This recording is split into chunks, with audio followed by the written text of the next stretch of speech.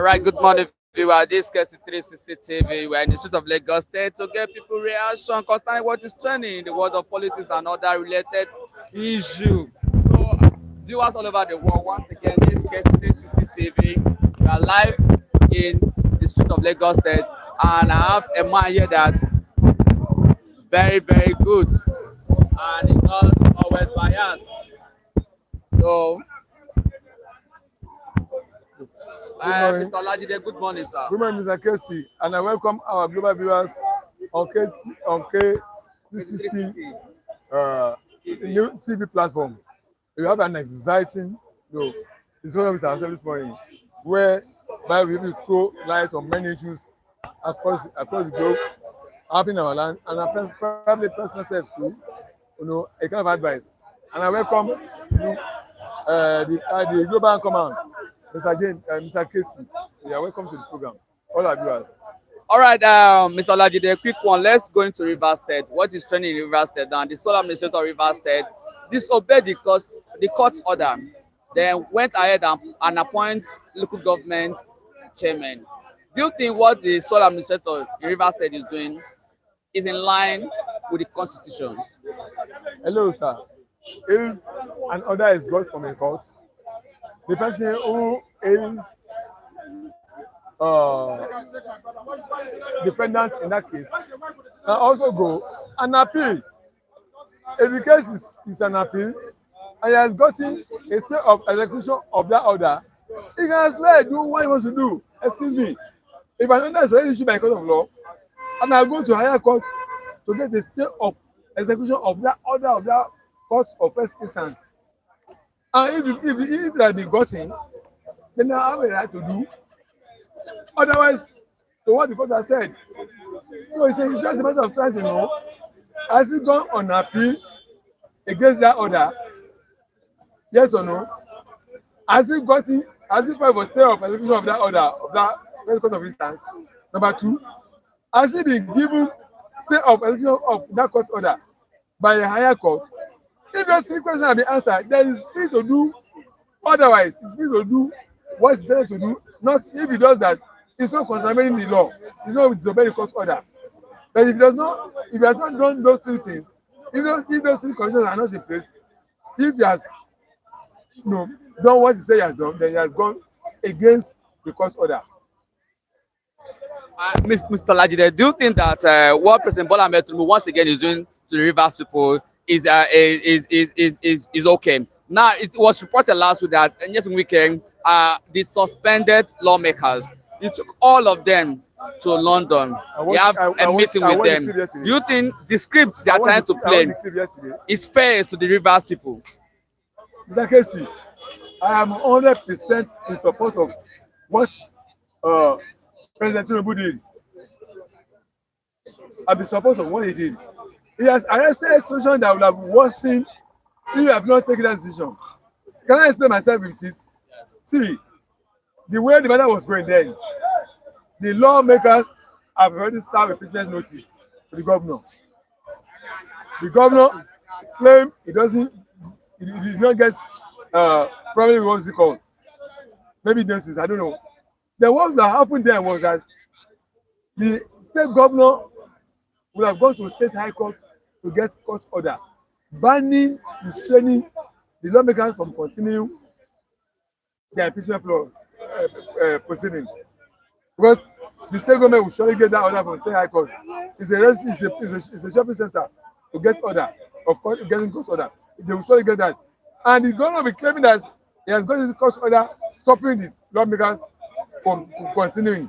And I know the lawmakers will also go to the federal high court and get a court order. That's where they will get their own too, to continue their action. And at the end of the day, the lawmaker will say they are going to order to continue their action, and they will go ahead and impeach that governor. The governor will say, I've got a court order saying it should not be impeached. I should not be impeached. So we now have, Mr. Casey, I hope you are listening to me. So we now have two conflicting court orders on ground now.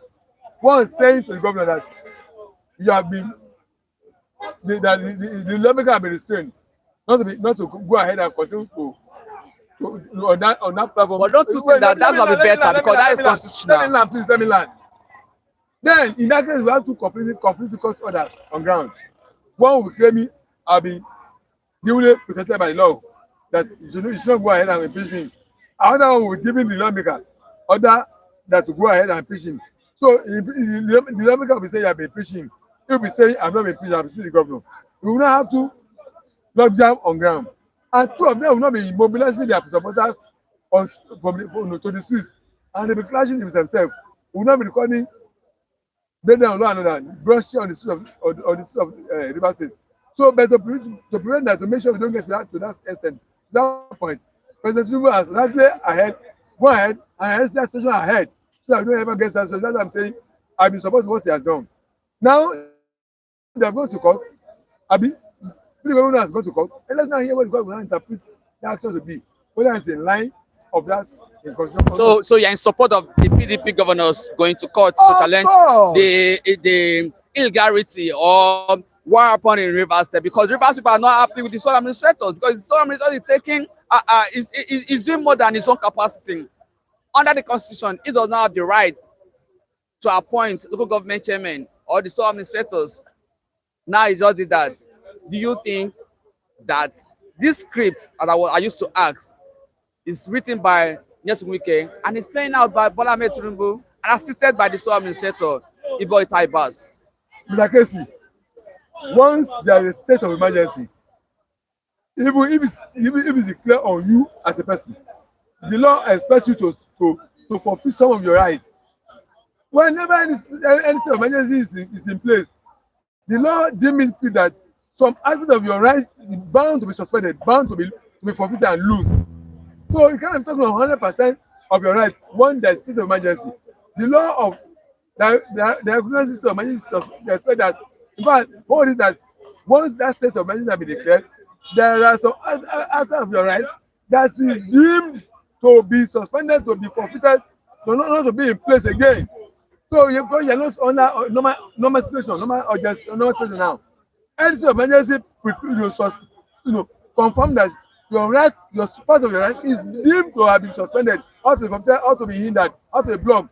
You are never having 100% of your right again. So the issue of whereby state of emergency have been suspended, have been declared on Rivers State, say that Rivers, there are some aspects of the rights of the Rivers people, of some governance, of democracy, that have been suspended. That's no longer 100% any longer.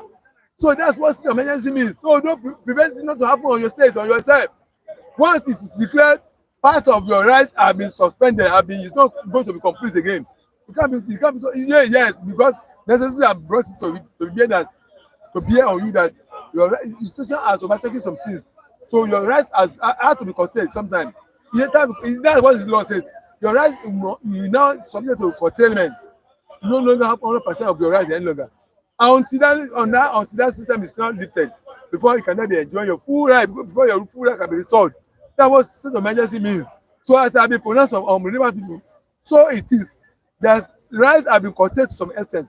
They will not have 100% of their rights any longer until that emergency rule is removed. Then coming to the state administrator, excuse me, the institution of democracy in that state is now under suspension. That's what goes to state of emergency.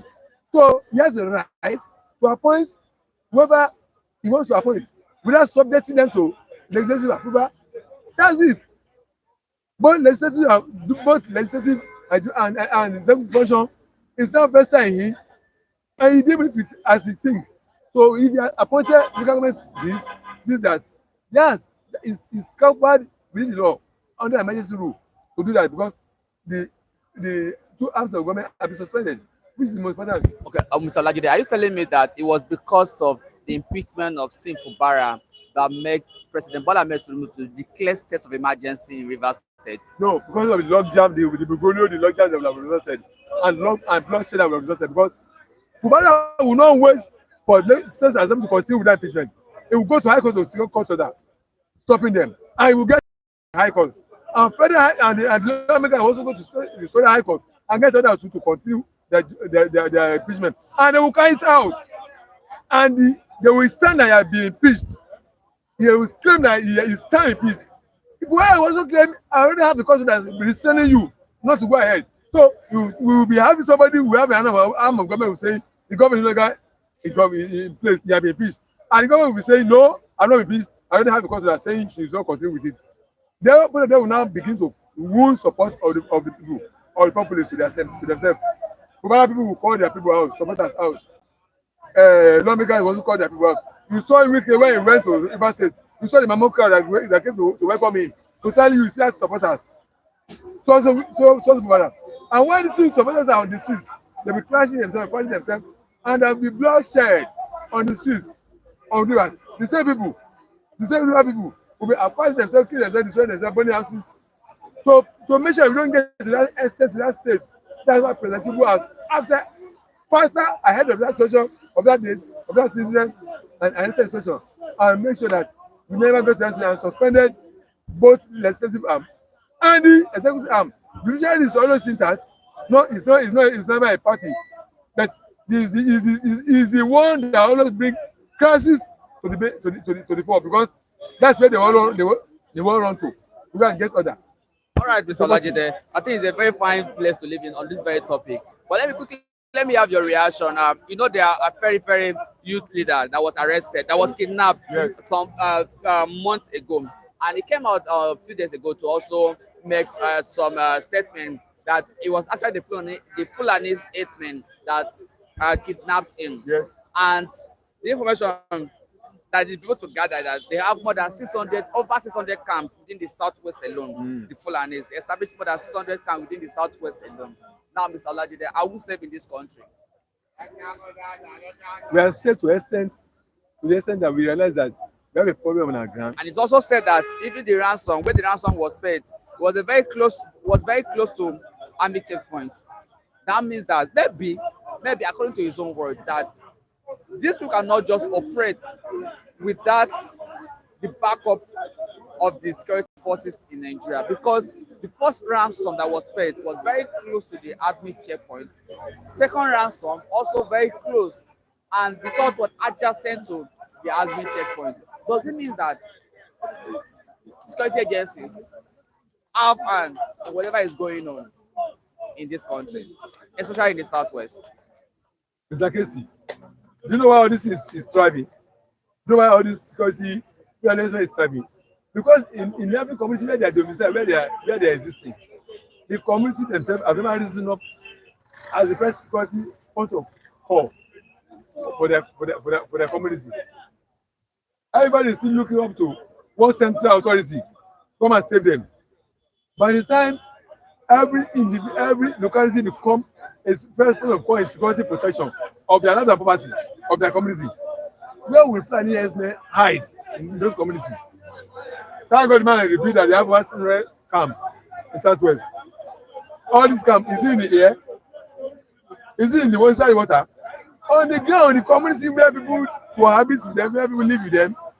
Then the question is that members of those communities have they ever come themselves into security protecting force or protecting units to protect their community? No, everybody is going on thinking there's nothing happening. And so as long as every community has never considered themselves to a security outfit, checkmating this Fulani herdsmen, they will not be rampaging against the community. You let every community become conscious and aware and form themselves into security outfits that will protect their community. Where would they hide? Where would this Fulani herdsmen hide? If not by here, in Liverpool, in Okera, every member of the community have formed themselves into security progressive unit. In the whole southwest, the only safe haven is Lagos State. Ogun State is not safe. Oyo State is not safe. Ekiti State is not safe. Ondo State is not safe. Mr. Casey, and the president is from the southwest. Mr. Casey, I'm talking of the whole nation. Not only in the southwest. We saw how devastating the one in Ebonyi State, in Enugu, in Ondo State here. They are all everywhere in Nigeria. They are inhabiting every community in Nigeria. They are settled in every community in Nigeria. Every community in Nigeria never knew what Fulani is all about. They are still waking up, they are still sleeping, thinking that nothing happened. Look at the extent of damage they done in Ebonyi. in Enugu, in Ondo State. You know, until every community knows that this is an agenda of conquest. This is a conquest agenda. Everybody in the community are still not unconcerned. All right. So until every member of the community know the dangerous work planning process, that the ultimate agenda is to conquer the whole nation. That's it. Then when each community now form themselves into security outfit to protect their security, to protect their community. That's when Fulani will be segregated. As long as they refuse to do that, Mr. Lajide, every community will be prone to Fulani herdsmen. How the Fulanis, how they share their ransom, which they collected from victims, family, and friends. They will show it on Twitter, Facebook, TikTok, where they share the money. Do you think it's a very lucrative business? And do you think the federal government is behind, or the security agencies, once again, is behind this very ugly act that is going on in Nigeria? Because it seems to be not to be an end. So if the business is not lucrative, maybe most of them would have indulged in it. But since it's a very lucrative business, that's why I see most of them, the majority of them, are into it now, kidnapping people for ransom. Mr. Casey, whether security men are behind them or not behind them, I'm telling you, these people, they are not staying in the sky. Neither are they staying inside the water. They are staying on the land. And everywhere they stay is in a community. They are always in a particular locality. If they are not here, if they are in Liverpool, if they are in Okira, Liverpool is a community. It's a locality. But I'm saying the inhabitants, the occupants of those communities, why would they rise up to this consciousness that this is a threat to our life? All right, themselves now form themselves into a security outfit. If every community form themselves security, where will Fulani stay? Where will they hide? No, because everybody is not concerned now. They are waiting for. They don't feel concerned. Until they are pushed to a point whereby they will now rise up and defend their community. Mr. Casey, the where you come from, your habit state. If member of your community form themselves into security outfit defending your community, any same person there, they will easily detect him. They will detect it where the same person is, and they will quickly. So if it's so our community, where would they stand? But they are still waiting for one security men, army. When the army is there or army is not there, I'm not concerned about that. Okay, let's go back to our main topic today.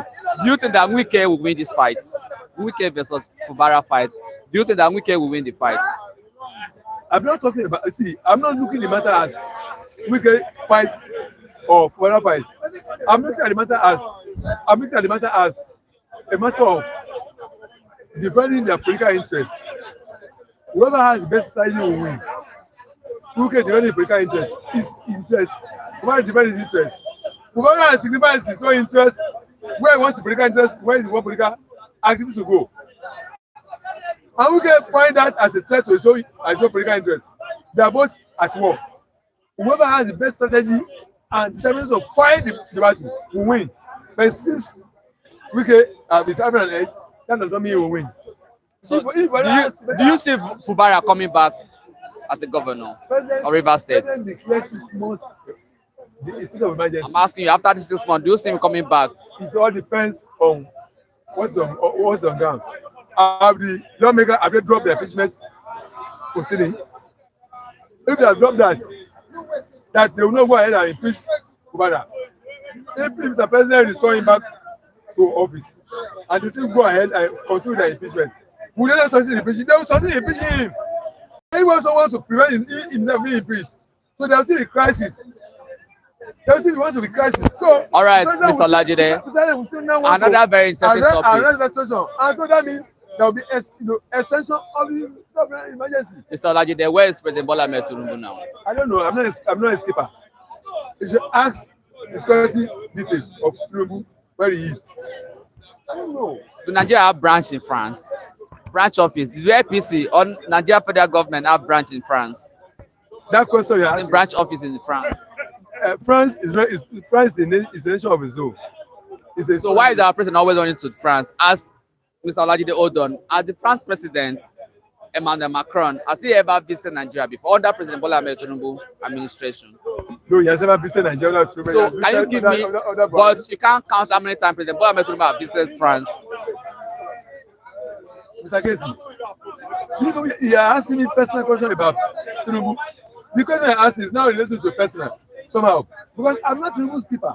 I'm not one of the security details that knows or a spokesman that will tell Nigerians that our president is going to also where. I'm just like a Nigerian like you who is also waiting for information to know where my president is. Unless he has been to France, has he briefed Nigerians that this is my mission in France? He has not done that. So who am I to be not be telling? He has not done that. But is it the right thing for a president of a country, the father of a country, just left the country without even informing citizens? I'm going to France for ABCD. The question is Good question. why is so important in France? Good question. That's the question you and I owe him to ask him. Hello, our president. You are bound to tell us where you are going. Where have you been? Why have you not told us where you are going? But he may tell you, he doesn't owe you explanation of where he's going. The whole National Assembly where he's going.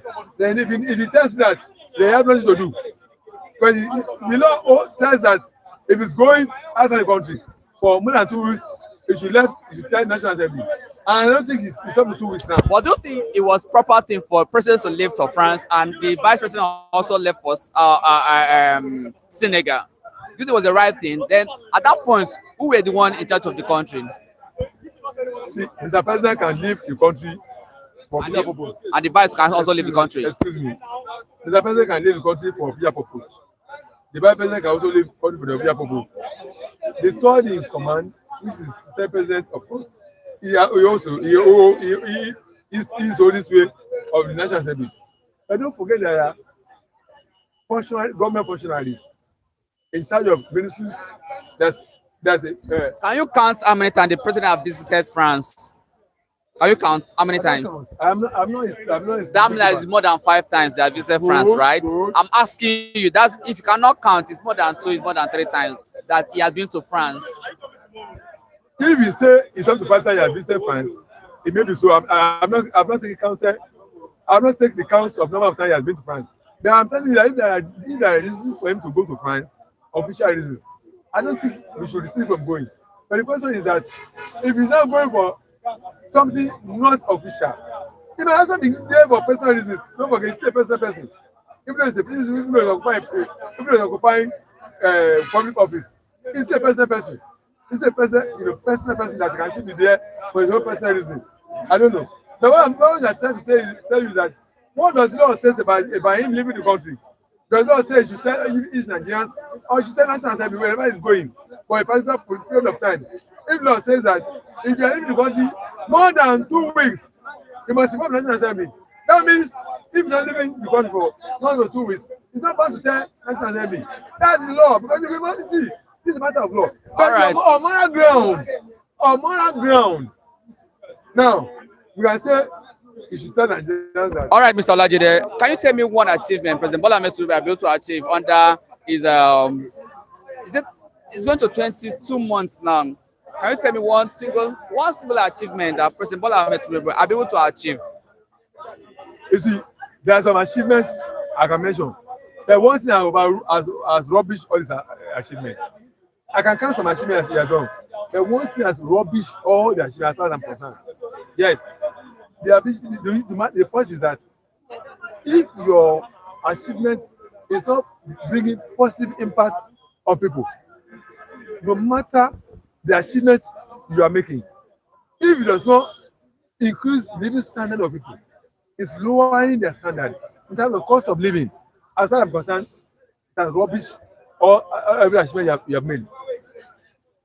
If a similar action you have taken, removal of subsidy from petroleum, of which you know that singular product has multiplier effects on every other product, on other things. That once you remove price of petroleum products, the cost of production will go up. Cost of foodstuff, bringing from foodstuff, everything will be affected by that price. And you do that without taking cognizance of the price it will have on people, so that effect has not caused hyperinflation on the cost of living. So every other achievement we have made, as far as I'm concerned, is rubbish. All right, Mr. Olajide, I think it's a very fine place to leave it. Thank you for speaking in this wonderful platform. Viewers all over the world, this is KC 360 TV. We end this live program here right now. So thank you for being with us right from the starting to the end. We'll meet again, same time, same venue tomorrow. Thank you very much.